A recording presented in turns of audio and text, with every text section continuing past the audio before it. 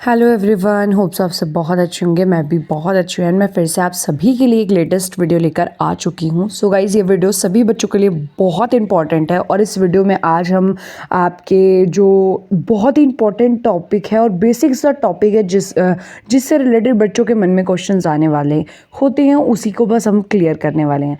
तो बस मैं आपको वीडियो स्टार्ट करने से पहले थोड़ा बहुत बता देती हूँ रिलेटेड कि इस वीडियो में क्या होने वाला है।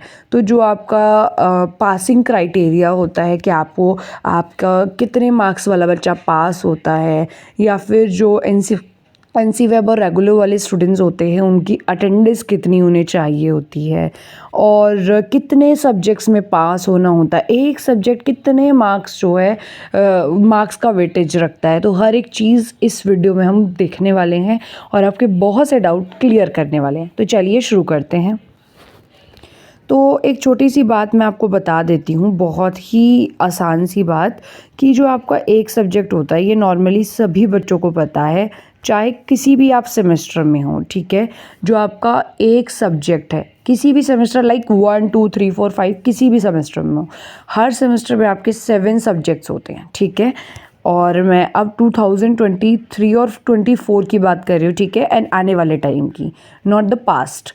यहाँ पे अब देख लेते हैं एक वेक सेक जीई, ये आपके सब्जेक्ट्स हैं जो आपके पास होंगे, ठीक है। एंड 3 आपके डीएससी सब्जेक्ट्स होंगे, जिनमें से 2 आपके नॉन मेजर होंगे और एक मेजर सब्जेक्ट होगा, ठीक है। तो ये बेसिक सी चीज़ें होप सो आपको पता चल गई होंगी। अब आते हैं आगे।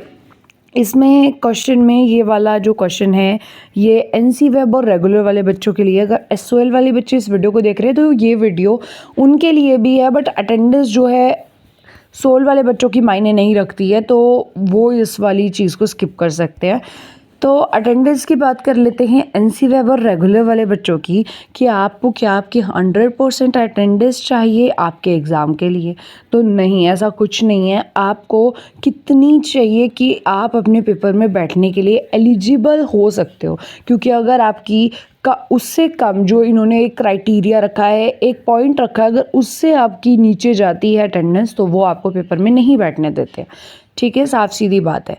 तो आपकी 67% अटेंडेंस जो है होनी ज़रूरी है, ठीक है। तो ये चीज़ का आप ध्यान रखना कि जो आपकी अटेंडेंस है वो 67% होनी बहुत ही ज़्यादा ज़रूरी है आपके एग्ज़ाम के लिए, अगर आप चाहते हो आप अपने एग्ज़ाम में बैठो तो, ठीक है। तो ये चीज़ आप ज़रूर ध्यान रखना अपने एग्ज़ाम के लिए। आगे क्या दिया है आपको, मार्क्स का वेटेज दिया गया है कि जो आपके मार्क्स का वेटेज किस तरह का होगा, आपके एग्ज़ाम में जो एक सब्जेक्ट है वो कितने मार्क्स का होगा, और कहाँ कहाँ, मतलब किस किस चीज़ के मार्क्स होंगे, how many marks get in a subject. तो चलिए देख लेते हैं। यहाँ पे क्या बोला गया है कि एक सब्जेक्ट जो है आपका वो होगा 160 मार्क्स का, ठीक है। एंड टोटल मार्क्स है ये 160। अब हम बात कर लेते हैं 160 कैसे डिवाइडेड है डिफरेंट डिफरेंट पार्ट्स में। लाइक आपका जो पेपर होगा थ्योरी बेस्ड, वो आपका 90 मार्क्स का होगा, ठीक है। तो इस चीज़ पे ध्यान देना कि आपका जो थ्योरी बेस्ड पेपर होगा वो 90 मार्क्स का होगा। देन आपके 70 मार्क्स बचे, तो 40 मार्क्स का आपका प्रैक्टिकल होगा या वाइवा, जो भी है आपके एक्सटर्नल्स लेते हैं, एंड देन 30 मार्क्स आपके बचते हैं। तो मेन क्वेश्चन अब आता है कि 30 मार्क्स किस चीज़ के होते हैं। देखो, ये आपके टीचर्स आपको देते हैं एंड अपने अकॉर्डिंग वो दे देते हैं जो भी है, ठीक है। तो वो भी मैं आपको बताऊंगी। 30 मार्क्स आपके टीचर के हाथ में होते हैं तो किस किस चीज़ के होते हैं। बाकी जो आपके प्रैक्टिकल वगैरह होते हैं, इनमें आपको जैसे 40 मार्क्स का प्रैक्टिकल है, तो आपको क्या 40 में से 40 चाहिए, या फिर अगर मानो आपके प्रैक्टिकल में आपको नंबर ही नहीं दिए एक्सटर्नल ने, तो आप जो अपना पेपर 90 नंबर का कर रहे हो और उसमें अच्छे नंबर आए, तो क्या उसमें मार्क्स जो है आपका प्रैक्टिकल, उसमें आपके मार्क्स जो है जुड़ जाएंगे। तो हर एक चीज़ मैं आपको इस वीडियो में बताने वाली हूँ। सबसे पहले हम देख लेते हैं 30 मार्क्स किस चीज़ के हैं और किसके पास है। तो आपकी टीचर जो आपके क्लास टेस्ट लेगी ना क्लास में, उसके मार्क्स जो है यहाँ पे 30 मार्क्स में काउंट होंगे। आपका जो प्रोजेक्ट होगा, जो भी वो आपसे वर्क करवाते हैं, उन सब के मार्क्स एंड देन आपकी अटेंडेंस, इसके मार्क्स। तो अटेंडेंस कितने मार्क्स की होती है? 6 मार्क्स की। तो फ्री के 6 मार्क्स है, ये तो आप ले ही सकते हो। और टीचर के आगे एक ऐसी इमेज अपनी बिल्ड कर लो कि आपको 30 मार्क्स तो आपके कहीं ना जाए, ठीक है। बात कर लेते हैं पासिंग क्राइटेरिया की, कि आपका पासिंग क्राइटेरिया क्या रहता है। और आपको एक और बात मैं बताना चाहती हूँ।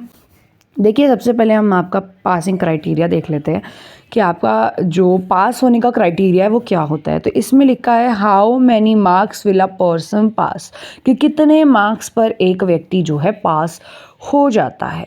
तो देखो, बहुत इम्पॉर्टेंट है ये बात, और आपको जो बताना चाहती हूँ, एक सेकेंड। देखो, ये वाली स्लाइड मैं आपको दोबारा दिखा रही हूँ, इसी स्लाइड से रिलेटेड है कि कितने मार्क्स वाला व्यक्ति पास है। तो देखो, जो आप अपना पेपर दोगे ना, मैं आपको पहले ही बताती हूँ, 90 मार्क्स का, इसमें आपके 48 मार्क्स तो आपको लेने हैं। अगर आप इसमें अपने 48 मार्क्स नहीं लेते हो तो आप फेल हो जाते हो, ठीक है। और आपको ऐसा नहीं है कि आप पेपर में पास हो गए तो आप प्रैक्टिकल में भी पास हो, नहीं, प्रैक्टिकल में भी आपको अलग से मार्क्स लेने होते हैं, 28, ठीक है। तो प्रैक्टिकल में तो आप 28 लोगे, 28 लोगे प्रैक्टिकल में, एंड पेपर में 48 या 36 तक आपको लेने ही लेने हैं, ठीक है। एंड देन आप पास माने जाओगे। तो ये चीज़ ज़रूर ध्यान देना, बहुत इंपॉर्टेंट है कि आप 40 में से 28 नंबर तो ले रहे हो, और पेपर में 36 मार्क्स मैं नहीं बोलूँगी क्योंकि बहुत ही कम हो जाएंगे, और आप थ्योरी बेस्ड पेपर है तो बहुत ईजिली आप कुछ भी बना के लिख सकते हो।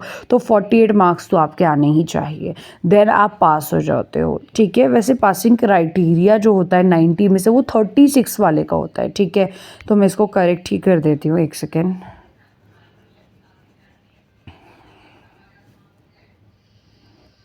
ठीक है, तो ये चीज़ आपको अपनी ध्यान में रखनी है।